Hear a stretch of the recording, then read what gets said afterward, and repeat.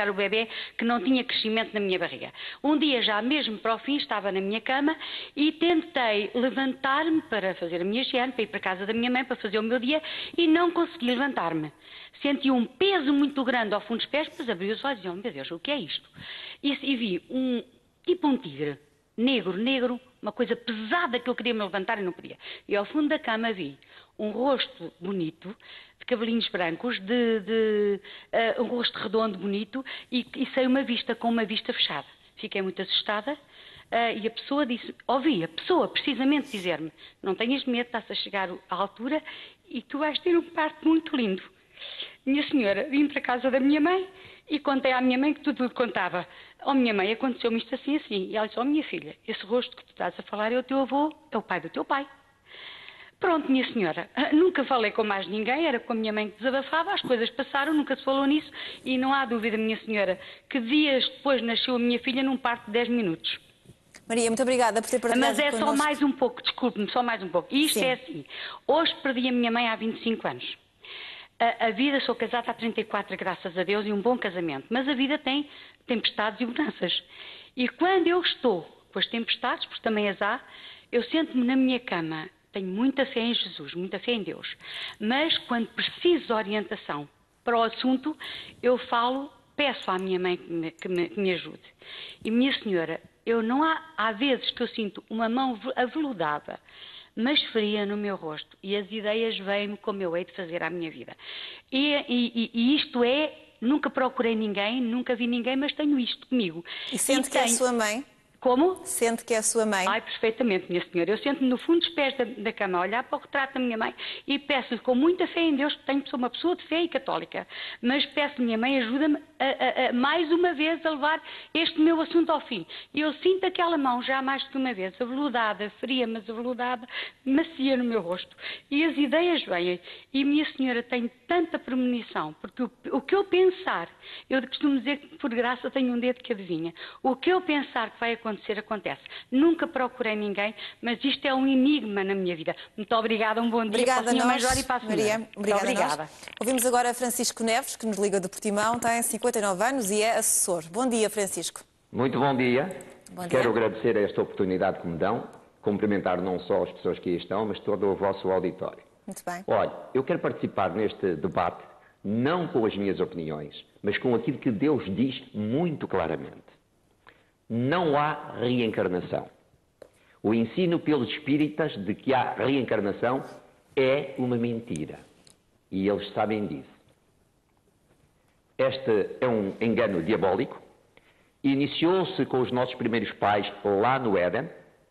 Deus disse, numa prova de fidelidade, disse aos nossos primeiros pais, Deus disse assim, não comas disto, nem sequer te aproximes. Foi isso que Deus disse aos nossos pais. Porque se tu o fizeres, tu vais morrer. Ou seja, vão ficar sujeitos à morte. Mas logo, logo, o diabo, o grande inimigo de Deus, o grande inimigo seu, senhora jornalista, de todos nós, disse logo, o que é que Deus, o que é que Deus disse? Disse nós comer vamos morrer. E o que é que ele disse logo? Não é assim. E olha só o que ele fez. Serviu-se de uma serpente, que na altura não era um animal rastejante, era um dos mais belos pássaros que havia, com as pelezinhas de cor do ouro, para enganar e seduzir os nossos primeiros pais. E o que é que disse? Não, esquece isso, vais ficar a saber tanto como Deus. Por isso é que ele falou assim. Olha, é assim, toda a doutrina, muito rapidamente, toda a doutrina contrária a isto é diabólica. O senhor que está aí, o senhor Major, sabe disto. Ele é militar, eu sou meio militar e meio civil. Ele sabe disto. O objetivo é levar o homem a acreditar numa vida após a morte e, se assim for, Jesus, Salvador, não será preciso para nada. Está colocado numa estante, banido dos nossos planos. Agora, quero também dizer isto, para terminar. Sim. Quanto mais nos aproximarmos dos tempos do fim e da segunda vinda de Cristo, mais e mais estas coisas vão acontecer. E bem dissimuladas. Tudo que seja terminaísmo é para desconfiar. Da família tem psiquiatras, tenho uma filha psicóloga, ela sabe que é assim. Nas canções, há muitas canções por aí de estrelas, de rock e mais não sei quantos, aparecem lá muitas mensagens subliminares que dizem assim, este anjo que anda por cima de mim, e lá falam de vez em quando o nome Lúcifer. Qual é o objetivo? Enganar. Francisco, muito obrigada por ter partilhado connosco a sua visão deste tema. Agora vamos ouvir Jorge Rodrigues, que nos liga da Moita, tem 39 anos e é motorista. Bom dia, Jorge. Bom dia. Gostava de manifestar a sua opinião ou contar alguma história? Exatamente. Da minha parte, eu gostaria de agradecer a oportunidade que me dão. Muito bem. E agradecer também ao Major e a si também por ter trazido este tema ao público. É assim, há muita gente que, pronto, cada pessoa tem a sua convicção e cada pessoa acredita naquilo que ele quer. Justamente. Eu estava aqui a ouvir as histórias ali relatadas. Em relação ao último senhor que disse que é mentira, tudo bem, respeito a sua opinião. Mas uma pergunta que eu gostaria de deixar é o seguinte: porquê que o padre António Vieira deixou de ser padre para seguir a disciplina do racionalismo cristão? E se a gente, pronto, somos sobreviventes, né? Somos seres humanos, há uma força que nos move. Esta força é o espírito. O espírito, o corpo é como se diz, é um conjunto de matéria organizada. Penso que quando, aliás, melhor dizendo, não se deve, como disse aí o Sr. Major, não se deve confundir uma disciplina desta com as cartomantes que utiliza os poderes deles, porque eles têm poder. E esses poderes chamam-se magia negra, e essa magia negra existe, e o Sr. Major sabe que eles existem. Porque há poder pelo bem e pelo mal. Deve ser distinguida uma da outra, é a sua opinião, Jorge? Exatamente. Muito bem, Jorge, muito obrigada por ter entrado em contacto connosco. Jorge, temos aqui algumas questões para abordar em muito pouco tempo, porque estamos quase a terminar. Eu vou tentar ser conciso. Eu começaria pelo segundo ouvinte, o Sr. Francisco Neves, e gostava de relembrar uma palavra de um amigo nosso, já falecido, o engenheiro Hernani Guimarães de Andrade, que dizia que as opiniões são como as narizes. Toda a gente tem um e ninguém tem o direito de esmurrar o nariz do outro. Então, Jesus de Nazaré aconselhava-nos a fazer ao próximo aquilo que nós queremos para nós próprios. Relativamente à reencarnação, ela hoje em dia já não é uma crença. São factos pesquisáveis. O doutor Ian Stevenson, não, mas é importante falar nisto. O doutor Ian Stevenson, que é um psiquiatra notável americano, ele pesquisou durante cerca de 40 anos casos sugestivos de reencarnação. Ele apresentou os seus estudos, não estamos a falar de crenças, são de cientistas, na casa do médico no Porto, no simpósio Há Quem Além do Cérebro. Ele deu uma entrevista à Notícias Magazine, onde dizia que qualquer pessoa racional, e ele não é espírita, pode acreditar na reencarnação com base em factos. Vejamos o caso em Portugal do professor Dr. Mário Simões, que não é espírita, indo no mesmo sentido, da doutora Gláucia Lima, o professor Dr. Vítor Rodrigues, entre muitos outros.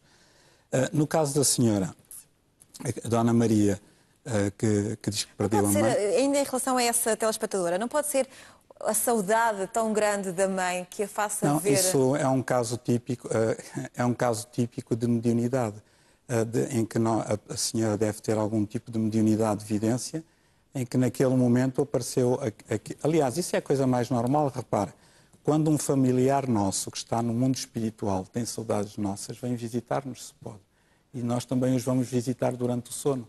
Tal como fazemos aqui na Terra. A vida no mundo espiritual é um desdobramento da vida aqui na Terra. Nós, quando temos saudades dos nossos familiares, pegamos num carro ou num comboio e vamos visitá-los. Lá é a mesma coisa. Porquê que essas visitas normalmente acontecem durante o sono? Não, acontecem de manhã à noite. Não é só em sonhos que se tem premonições? Não. Aliás, até no estado de vigília há muitos casos desses. Eu gostava só de referir uma coisa. Pasteur foi ridicularizado quando aconselhou os médicos a lavar as mãos com sabão. Quer dizer, o quê? Nós não somos porcos. Isto é um escândalo, não é? O representante do Edison foi agarrado pelos colarinhos numa douta Academia Francesa de Cientistas quando pôs o fonógrafo. Sim, é impossível. É sempre uma fase inicial de crítica. Mas já vamos só ouvir a nossa última telespectadora, Maria José Vieira, que é aposentada e nos liga de Lisboa, tem 65 anos. Bom dia, Maria. Vou-lhe pedir que seja mesmo muito curtíssima, muito curta na sua intervenção. certo, bom dia. Bom dia. E bom dia para o Sr. Major. É que eu perdi a minha mãe em 71. Fiquei, portanto, só com o meu pai e o meu irmão, que foi o causador da morte dela. Digamos assim, provocou mesmo a morte dela. E eu, cada vez que me sinto aflita, eu também sou católica, mas nunca recorro a Deus para pedir à minha mãe, para pedir que me ajude. Só peço à minha mãe e sinto mesmo que ela está comigo. Sinto mesmo como se fosse uma sombra comigo. Às vezes sinto como há dias, há pouco tempo, estava-me a passar bastante mal e sentia apertarem-me assim os pés, as pernas e a dizer que não havia nada e no dia seguinte, eu quando acordei, tinha as pernas muito doridas. E também tenho outro problema, por exemplo, eu mesmo durante o dia dá-me assim uma espécie de um baque no coração e eu sei que está a acontecer qualquer coisa. Eu telefono, já não falo com o meu irmão, mas telefono para alguém lá da terra onde ele está e dizem que ele foi para o hospital ou que está muito doente, essa coisa toda.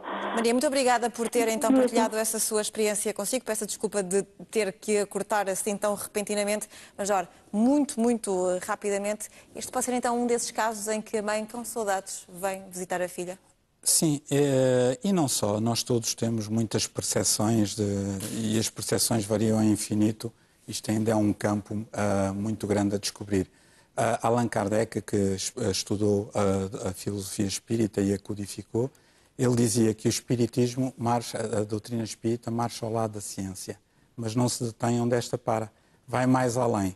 E depois fica à espera que a ciência oficial confirme ou desminta os postulados espíritas. E é nessa fase então que estamos. Jorge Lucas, muito obrigada. Não, mas só para terminar, ela recomenda com muito bom senso que no dia em que a ciência oficial prove que um dos postulados da doutrina espírita está errado, que o abandonemos, coisa que não tem acontecido. O que eu gostava de deixar era uma mensagem, muito rápida, acima de tudo, de muita tolerância mútua. O importante não é o que nós pensamos, mas sim o que nós somos como pessoas e o que fazemos, e podemos fazer do mundo um mundo melhor, apesar de termos ideias diferentes. Bem, fica então esse conselho. Muito obrigada. Já agora que leiam um livro dos Espíritos de Allan Kardec. Muito bem, que é fica uma também boa fonte esse de conselho. referência. O consultório Jornal da Manhã fica por aqui, já a seguir mais saúde.